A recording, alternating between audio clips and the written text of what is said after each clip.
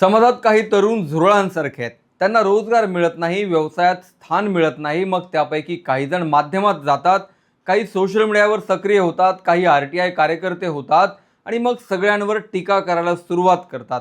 सरन्यायाधीश सूर्यकांत यांनी हे वक्तव्य एका वकिलाच्या याचिकेवर सुनावणी करताना केलं, ज्यात त्याची मागणी होती की मला वरिष्ठ वकील हा दर्जा द्यावा. सूर्यकांत यांनी निरीक्षण नोंदवलं आणि त्यांच्यावर जी टीकेची झोड उठली ती गल्लीपासून दिल्लीपर्यंत. भारतातले तरुण सोशल मीडियावर व्यक्त व्हायला लागले. सूर्यकांत यांनी स्पष्टीकरण दिलं की माझ्या तोंडी निरीक्षणांचा काही माध्यमांनी चुकीचा अर्थ लावला.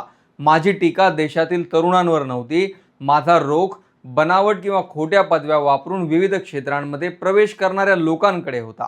असे लोक कायदा क्षेत्रातच नाही तर माध्यमं, सोशल मीडिया आणि इतर क्षेत्रातही शिरलेत. हे स्पष्टीकरण जरी आलं असलं तरी सरन्यायाधीशांना काय म्हणायचंय ते सोशल मीडियावर पोहोचलं होतं आणि एका रात्रीतूनच ज्या तरुणांचा झुरळ म्हणून उल्लेख केला त्याच नावाने कॉकरोच जनता पार्टीचा जन्म झाला. अमेरिकेत शिक्षण घेत असलेल्या संभाजीनगरच्या तरुणाने इंस्टाग्रामवर या नावाने अकाउंट सुरू केलं आणि हे फॉलो करण्यासाठी देशातले तरुण अक्षरशः तुटून पडले. या हँडलने 4 दिवसात भाजप आणि काँग्रेस या राजकीय पक्षांनाही मागे टाकत 14 मिलियन फॉलोअरचा टप्पा ओलांडून व्यवस्थेच्या विरोधात सोशल मीडियावर एक आक्रमक मोहीम राबवली आहे. या नावाने डिजिटल पक्ष काढणारा संभाजीनगरचा तरुण नेमका कोण आहे? या पक्षाचा उद्देश काय? हा पक्ष खरंच अस्तित्वात आहे का? ते सगळं मी या व्हिडिओत सांगणार आहे. नमस्कार, मी विशाल. तुम्ही पाहताय story.com. व्हिडिओला सुरुवात करण्यापूर्वी आठवण, हे चॅनल तुम्ही सबस्क्राईब केलेलं नसेल तर सबस्क्राईब बटनवरती क्लिक जरूर करा. अभिजित दिपके नावाच्या तरुणाने सरन्यायाधीशांच्या वक्तव्यानंतर झुरळ नावाने पक्ष काढला आणि त्याला कॉकरोच जनता पार्टी म्हणजे CJP असं नाव दिलं. या पक्षाचा संस्थापक असलेला 30 वर्षीय अभिजित दिपके हा मूळ महाराष्ट्रातील छत्रपती संभाजीनगरचा आहे. त्याने पदवीपर्यंत शिक्षण पुण्यातल्या नामांकित संस्थेतून पत्रकारिता क्षेत्रात पूर्ण केलं. त्यानंतर उच्च शिक्षणासाठी तो अमेरिकेत गेला. तिथे त्याने बोस्टन युनिव्हर्सिटीमधून पब्लिक रिलेशन्स म्हणजे जनसंपर्क विषयामध्ये पदव्युत्तर पदवी नुकतीच पूर्ण केली आहे. डिजिटल मीडिया आणि राजकीय संवादातली रणनीतिकार म्हणून त्याची ओळख आहे. यापूर्वी 2020 ते 2022 या कालावधीत त्याने आम आदमी पार्टीच्या सोशल मीडिया टीमसाठी स्वयंसेवक म्हणून काम केलं होतं. तो अरविंद केजरीवाल यांचा कट्टर समर्थक आहे. विशेषतः 2020 मधील दिल्ली विधानसभा निवडणुकीच्या प्रचारादरम्यान आपच्या सोशल मीडियावरील तुफान व्हायरल झालेल्या मीम्स आणि डिजिटल रणनीतीमागे अभिजित दिपके हाच मुख्य चेहरा होता. या अनोख्या पक्षाची स्थापना 16 मे 2026 रोजी करण्यात आली. त्याआधी 15 मे रोजी सुप्रीम कोर्टातल्या एका सुनावणी दरम्यान सरन्यायाधीशांनी बेरोजगार तरुणांचा उल्लेख कथितरित्या झुरळ आणि परजीवी असा केला आणि त्यानंतर तरुणाई रोष व्यक्त करायला लागली. कोर्टाकडून स्पष्टीकरण देण्यात आलं की ते वक्तव्य बनावट पदव्या वापरणाऱ्यांसाठी होतं. तरीही तरुणांमधली नाराजी काही कमी झाली नाही. या अपमानास्पद भाषेला विरोध म्हणून अभिजितने सर्व झुरळांनी एकत्र आल्यास काय होईल असा उपरोधिक सवाल करत सोशल मीडियावर एक गुगल फॉर्म शेअर केला. अवघ्या 48 ते 72 तासात या पक्षाने सोशल मीडियावर धुमाकूळ घातला. इंस्टाग्रामवर लाखो फॉलोअरचा टप्पा पार करत या मॉक पक्षाच्या सदस्यत्वासाठी जवळपास 3,50,000हून अधिक बेरोजगार आणि त्रस्त तरुणांनी सुरुवातीलाच नोंदणी केली. शिवाय इंस्टाग्रामवर फॉलोअरचा आकडा 14 मिलियन म्हणजे 1,40,00,000च्याही वर गेलाय आणि हा आकडा अजून वेगाने वाढतोय. अभिजित दिपकेने या पक्षाला वाढता पाठिंबा पाहून पक्षाचा सदस्य होण्यासाठीच्या अटी आणि जाहीरनामाही सांगितला. खरं तर CJP हा एक व्यंगात्मक राजकीय उपक्रम आहे. हा एखादा पारंपरिक राजकीय पक्ष म्हणून सुरू झालेला नाही, तर सरन्यायाधीशांच्या वादग्रस्त वक्तव्याला उत्तर म्हणून उभं राहिलेलं एक डिजिटल आंदोलन आहे. देशातली बेरोजगारी, तरुणांमधील असंतोष, राजकीय प्रतिनिधित्वाचा प्रश्न आणि सोशल मीडियावरील पिढीचा आवाज याचं मिश्रण म्हणून ही मोहीम पुढे आली. कॉकरोच जनता पार्टी सध्या भारताच्या निवडणूक आयोगाकडे अधिकृत राजकीय पक्ष म्हणून नोंदणीकृत नाही. भारतात अधिकृत राजकीय पक्ष म्हणून मान्यता मिळवण्यासाठी किंवा अस्तित्व देण्यासाठी लोकप्रतिनिधित्व कायदा 1951च्या कलम 29A अंतर्गत निवडणूक आयोगाकडे अर्ज करावा लागतो.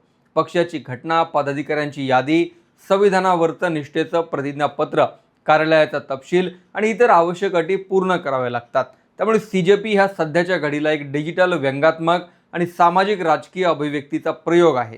तांत्रिकदृष्ट्या संस्थापकांनी भविष्यात नोंदणी प्रक्रिया पूर्ण केली, आवश्यक निकष पूर्ण केले आणि निवडणूक आयोगाची मान्यता घेतली तर असा पक्ष प्रत्यक्ष अस्तित्वातही येऊ शकतो.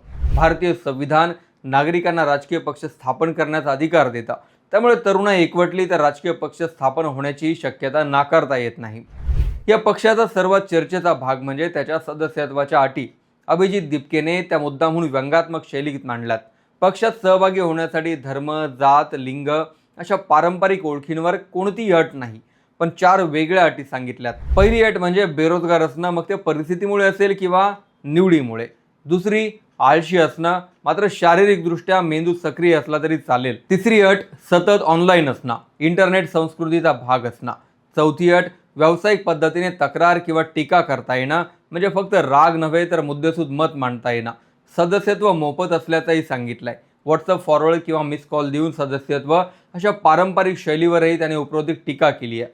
या पक्षाचा जाहीरनामा सर्वाधिक व्हायरल झालाय, कारण त्यात विनोद आणि गंभीर राजकीय मागण्या यांचं मिश्रण आहे. त्यातील पहिली मागणी म्हणजे भविष्यात कोणत्याही सरन्यायाधीशाला निवृत्तीनंतर राज्यसभेचं पद देऊ नये. न्यायव्यवस्थेच्या स्वायत्ततेवर प्रश्न उपस्थित करणाऱ्यांच्या मुद्द्याची ही मागणी जोडली गेली आहे. दुसरी मागणी, वैध मतदान अधिकार हिरावले गेले तर संबंधित निवडणूक अधिकाऱ्यांवर कठोर कारवाई व्हावी. तिसरी मागणी, महिलांना संसदेत 33% नव्हे तर 50% आरक्षण मिळावं आणि मंत्रिमंडळातही 50% प्रतिनिधित्व असावं. चौथी मागणी, मोठ्या उद्योग समूहांच्या मालकीच्या माध्यम संस्थांवर प्रश्न उपस्थित करत स्वतंत्र माध्यम व्यवस्थेची मागणी. पाचवी मागणी, पक्षांतर करणाऱ्या आमदार खासदारांना 20 वर्ष निवडणूक लढवण्यास बंदी. हे मुद्दे अनेकांनी गंभीर राजकीय चर्चेचा भाग म्हणून घेतले, तर काहींनी हे इंटरनेट व्यंग म्हणून पाहिलं. या मोहिमेचं घोषवाक्य चर्चेत आलं, voice of the lazy and unemployed, म्हणजेच आळशी आणि बेरोजगारांचा आवाज. त्याचबरोबर जिथे वायफाय चालतं तिथे आमचं मुख्यालय, अशी उपरोधिक ओळही मोठ्या प्रमाणात शेअर झाली. पक्षाने स्वतःला secular, socialist, democratic and lazy असंही संबोधलं. या भाषेत इंटरनेट संस्कृती, मीम संस्कृती आणि तरुणांचा राजकीय विनोद यांचं मिश्रण दिसतं. सोशल मीडियावर या मोहिमेला मिळालेला प्रतिसाद केवळ विनोदापुरता मर्यादित नाही, असं अनेक विश्लेषकांचं मत आहे. देशातील रोजगाराचा प्रश्न, तरुणांच्या संधी, राजकीय संवादाची पातळी, सोशल मीडियावरील तरुणांचा वाढता प्रभाव आणि संस्थांविषयी असलेली निराशा या गोष्टी या मोहिमेतून पुढे आल्या. झुरळ हा शब्द अपमान म्हणून वापरला गेला, पण काही तरुणांनी तोच शब्द स्वतःची ओळख म्हणून स्वीकारत डिजिटल प्रतिकार उभा केला. त्यामुळे हा प्रकार केवळ एक मीम नाही, तर इंटरनेट पिढीच्या राजकीय भाषेचा बदलता चेहरा म्हणून पाहिला जातो. तुम्हाला काय वाटतं? हा पक्ष खरंच राजकारणातही उतरायला हवा का? या प्रयोगावर तुमचंही मत कमेंटमध्ये जरूर लिहा. चॅनल सबस्क्राईब करायला विसरू नका.